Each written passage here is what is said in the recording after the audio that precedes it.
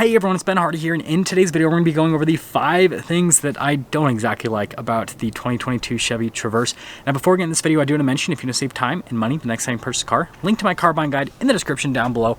Let's get right into the review. So the first thing has to pertain to the lights on the Traverse. Now this is not just a Traverse thing, this is like a modern SUV thing that I just don't understand. So with the Traverse, they have split up the daytime running lights with the headlights. So you can see this lighting cluster up top, which looks like it would be the headlight. That's the daytime running lights. And then the headlight is down here. Now, obviously there are reasons why they've put it down here, because it actually kind of like doubles as like a fog light headlight, because if you make this bright enough, because it's in this like central location, then, well, you can see it doesn't have fog lights, so it kind of doubles as both. But it just looks weird from a stylistic perspective, in my personal opinion.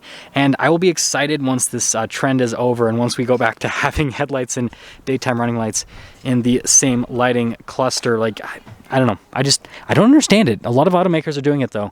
Like another good example is Hyundai. And then you can see taillights though. These are fine. I love the look of these. So like I don't have anything negative to say about the taillights. It's just the headlights. And again, why do normal taillights if you're going to do weird headlights? You got to do weird with both or normal with both, in my opinion. Now, number 2 has to pertain to engine options. So this is just something general that I've mentioned with other vehicles with Chevy, like the Blazer, for example. With a lot of Chevy's SUVs, basically what they'll do is they'll offer a small, well, they're larger SUVs rather. They'll offer like a smaller size turbocharged engine, and then they'll offer a bigger sized naturally aspirated engine. This one has the bigger sized naturally aspirated engine. It's a V6. I'll quickly show it to you guys. It's a 3.6 liter V6. Pop the hood.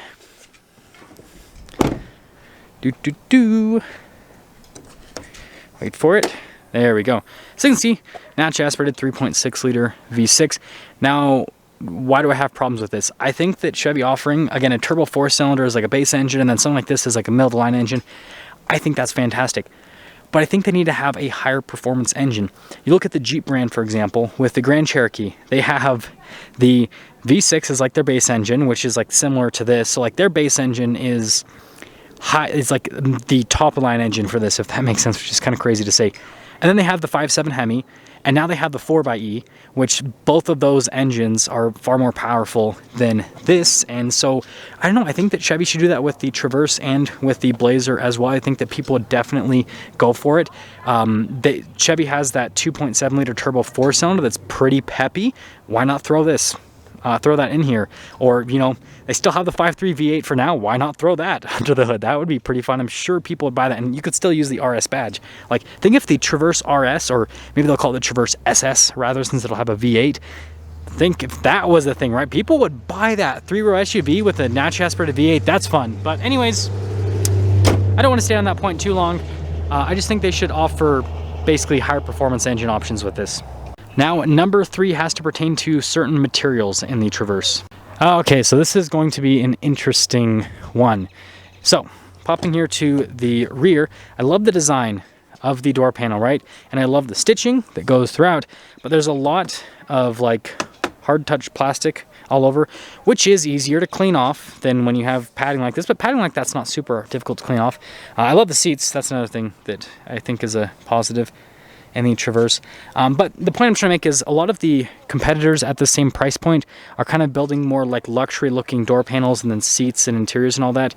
And this is cool and sporty looking and it's practical, but I think that, I don't know, there should be kind of more of an emphasis on just making the interior feel a little bit more upscale, because again, that's what the competition's doing and people are buying like crazy. Look at the Palisade and Telluride, right? Those have more luxury looking interiors and people just pay crazy amounts over sticker for them.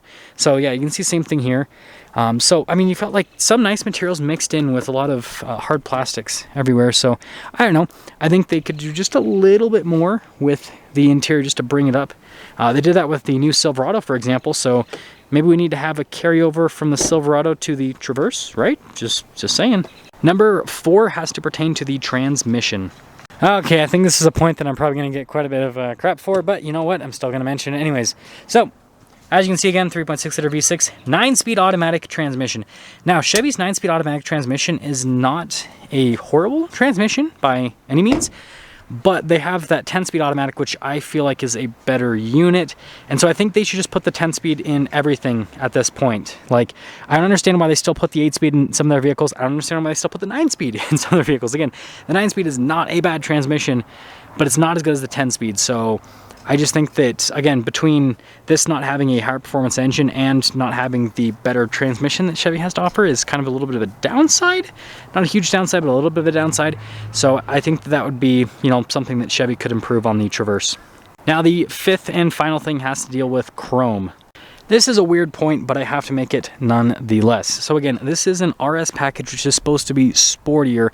I don't understand why there's a lot of chrome. So you've got chrome around the Chevy bow tie, which I mean can make sense, right? So it emphasizes the logo. And then you've got more chrome trim here. And notice how it's not the same color as the trim that's on the grille. So it's like just doesn't, like, I don't know, hopefully you guys can see it on camera. It just looks a little bit silly. And then notice we have these like dark sporty wheels. And then we have blacked out badging here on the side, and you can see everything here from a side perspective. Notice though with the keyless entry there on the door handles, that's also chrome as well. Window trim's blacked out, right? And then you've got the chrome on the bow tie back here, blacked out badge on that side, but then chrome badge on the other side, and then chrome with the, well, silver with the exhaust tips. But hopefully you guys get the point. And if we pop to the interior, notice dark sporty colors, right? Black and red. Red stitching, black with the leather, and then popping here to the front, right, same thing. So we've got the black, and then we've got the red theme here with the interior. You know, some chrome accenting throughout the interior. But the point I'm trying to make is the Traverse RS is supposed to be a sporty 3-row SUV, so it's like fully commit to the sporty theme. Like either black everything out or chrome everything out, right? I don't like the weird in-between that they've been doing on vehicles nowadays. It's not just Chevy, it's other automakers as well. That's why I say they. And so I think that, again, they should just either go full commit to blacking everything out and making this a sporty package, or go full commit to having the chrome accenting and making it look more like a luxury type package. That's going to sum things up for the 5 things that I don't exactly like about the 2022 Chevy Traverse. And as always, like I said, link to my car buying guide in the description down below. I will see all of you in that next video.